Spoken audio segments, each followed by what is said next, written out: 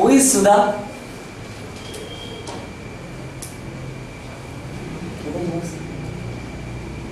Who is Sudha Murthy? Come on, raise your hand. There are so many, right? Who is the role model of Sudha Murthy? Of course, there was no marks for all these questions. To find out many answers, let us all travel to her office. Sudha Murthy is a well-published author and chairperson of Infosys Foundation. She has involved in many social developmental initiatives. Of course, she is the wife of Mr. Satyanarayanraju, Chief Mentor of Infosys. At her office, there were 2 photos hanging onto the wall. Some visitor asked, "Madam, is these photos reflects like a Sufi guru and spiritual master?" Sudha replied, "No, not they related me, but they have made huge impact on my life." Visitor asked, "Who are they?" One photo in the black suit, the person in the one photo in the black suit, Bharat J.R.D. Tata. In another black and white photo, person Jamshedji Tata. Visitor asked, "Why you keep them in your office?" Sudha took a pause and said, "I can say it as a gratitude." My dear Toastmasters, you want to know the meaning of gratitude? Then all of us have to travel to the history line of Sudha Murthy. It was April 1972. Bangalore was getting warm and good mohas blossoming in Tata Institute is called IASC. Sudha is the only one lady in engineering in postgraduate, and she is staying in ladies' hostel. One day, she was walking across the corridor to her hostel from her lecture class complex.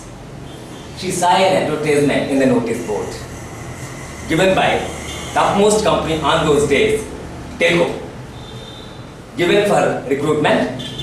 It says, "We want enthusiastic and engineers, hard-working and good academic background." There was a punchline in the bottom mentioning lady candidates need not apply. Sudha read those lines, got furious. Why? And she got upset because of the gender discrimination. Though she don't want to take up that job and took it as a challenge. She want to inform same thing to the top boss of the management of the telco. She took a postcard and started writing as I read. "I knew that Tata is a pioneer in chemicals, textile, locomotives, but I am surprised to know followed by certain principles of your management on the gender basis." And she posted that letter without getting into the consequences. After 10 days, she got a telegram requesting her to attend an interview at Pune Telco campus. She was taken aback, but her hostel mates motivated her to go to that interview at free of cost. Sudha has reached Telco Pune campus. She was entering into the interview hall. She found 6 people on board. She understood that it was a serious business. And somebody was murmuring, "This is the lady who wrote a letter to JRD." And Sudha, by that time, she is sure that she won't get a job. An old gentleman affectionately said, "Sudha, do you know why we have advertised that we don't need lady candidates. Sudha patiently listening. This is not a co-education college. This is a factory. Ladies can't do certain jobs. And Sudha took a pause. Sir, why can't you give us a chance? Otherwise, in future, no lady will ever be able to work for a factory in your telco. That old man just looked at her. After a long interview, she had been informed her selection. She was jubilant. There is a future had in store for her. That's where she met and was shot. Very dynamic person from Karnataka called Narayanraju. Both of them became friends and they got married. After some years, Sudha Murthy has been transferred to corporate office in Mumbai. One day she was walking across the corridor and she had confronted JRD. Suddenly she became nervous, remembering her postcard episode. Meanwhile, senior manager joined and nicely introduces Sudha. Sir, this is the lady, only one lady in our shop floor. And the JRD looked at her. Oh, it's nice to know nowadays ladies are entering the engineering field in our country. By the way, what is your name? Sudha confidently. When I joined in your company, I was Sudha Kulkarni. But now I am Sudha Murthy. And JRD moved to his chamber. By then, Sudha Murthy quite used to see JRD on and off. One day, she was waiting in the corridor after the office hours. To her surprise, JRD standing to her side, and JRD asked, "Hey young lady, what are you doing here after office hours?" Sudha said, "Sir, I am waiting for my husband to have a pickup." And the JRD said, "It's getting darker. Nobody is here around. Okay, I will accompany you till your husband comes." And Sudha quite used to wait for her husband. But having JRD waiting, she extremely became uncomfortable.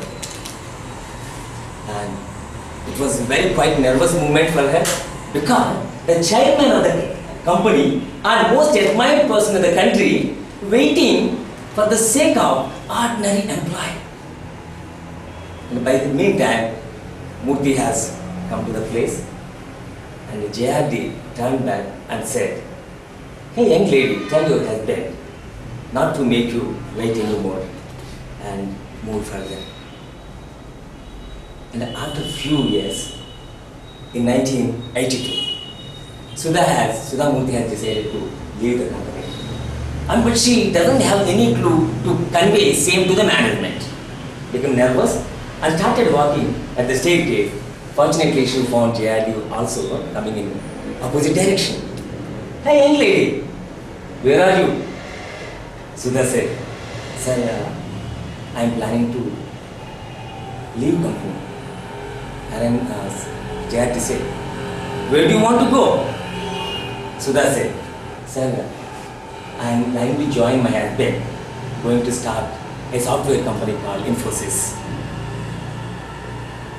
And the JRD asked, if you become successful, what do you do?" And Sudha apparently said, "Sir, we don't know whether we will become successful." Then JRD said, "Young lady, you never start any work with diffidence. You always start work with confidence. And society has given us so many things, we should do back. We should appreciate what society has given us," and said, "All the best." And he started, JRD started climbing the staircase. Sudha was observing as JRD vanishing from her sight. This is the last time Sudha Murthy saw JRD alive. But still, those golden words and action ringing in Sudhamurthy's mind. She had a high admiration and love for the Tatas, and that's why she kept the name of the Tata in her beautiful conference hall. My dear friends, great legends like Tata and Sudhamurthy has been instrumental in bringing the change. So if they think that they can, why can't we think and can? Over to those.